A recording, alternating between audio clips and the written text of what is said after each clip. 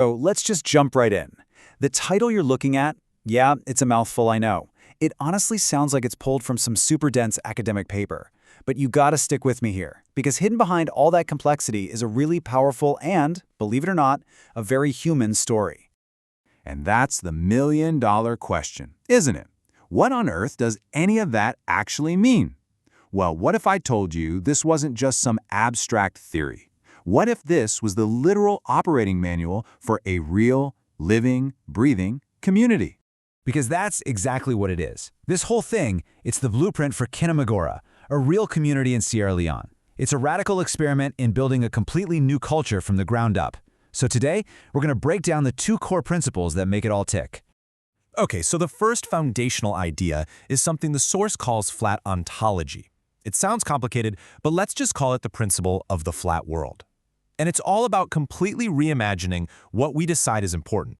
So here's the deal. In Kenagora, checking a wall for termite damage is just as spiritually important as saying a morning prayer. Hauling water from the well isn't a lesser job than meditating. Everything, and I mean everything, exists on one single flat plane of importance. There's no hierarchy. And I love this quote because it captures the idea so poetically. The abstract stuff, a spoken word, your own breath, a sacred promise, it isn't floating up above the physical world. It is flat with it. A covenant is only as strong as the real-world condition of the gate hinge it's meant to protect. This slide just lays out the difference perfectly. On the left, you've got the way most of us are taught to see the world, as a pyramid. You know, God or the spiritual is at the top, and the messy, physical stuff is way down at the bottom. But on the right, that's the Kanamagora model. It's just a straight line. Prayer, breathing, fixing a wall, checking for bugs, they're all connected, all equally vital parts of one living system. So that brings us to the second principle, which builds on the first. If the world is totally flat, how do you navigate it? Well, the answer is through language. But as you can probably guess, not just any old language. They have this practice called etymological hybridization. It means they actively create brand new words by mixing together the languages they already speak.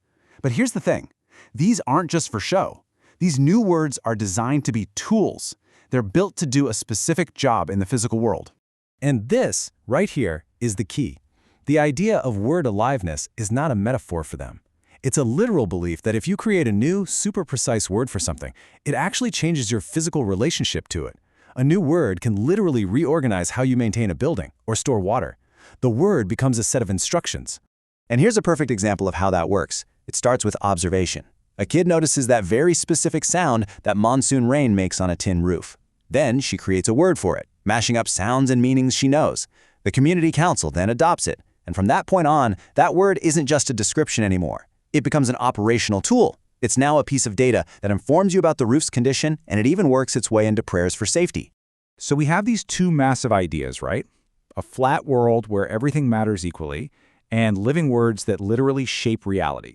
So how do they actually come together to, run a whole community? Well, they intersect across four key areas of life: structure, law, logistics, and infrastructure. And this intersection is what the source material calls the quadratic structure, or that delta t squared model from the title. You can basically think of it as the engine of the entire system. This table really lays it all out. So on the left, you've got the four domains of community life. Then across the top, you see how our two big principles get applied to each one. So for instance, take a look at law. The flatness principle means that a legal agreement is both spiritual and material. A promise is physically tied to an object. Then the living words principle comes in, creating new legal terms that are born directly from their local culture. And you see this exact same pattern for everything, from who does what in a household all the way to how you manage the water systems. It's a totally integrated system. So that brings us to the ultimate question. Why? Why build such a detailed, complex, and frankly, demanding system? Well, the goal is nothing less than building an entirely new culture from scratch. And they've even created their own word for this process: placidize. It's this brilliant combination of play, like the creative act of making up new words, with a word ending that suggests a deep transformation. It's all about actively digesting and remaking a difficult past, like the trauma of colonialism. And this is just so important. This isn't about pretending the past didn't happen or trying to erase it. It's about metabolizing it, Like digestion, breaking it down, taking what you can use for fuel, and using that energy to build a future that is strong, independent, and defined completely on their own terms. So why should we care about this one specific small experiment happening in Sierra Leone? Because the ideas they're testing out here, they have huge implications for how all of us think about community, about culture, and maybe even about reality itself.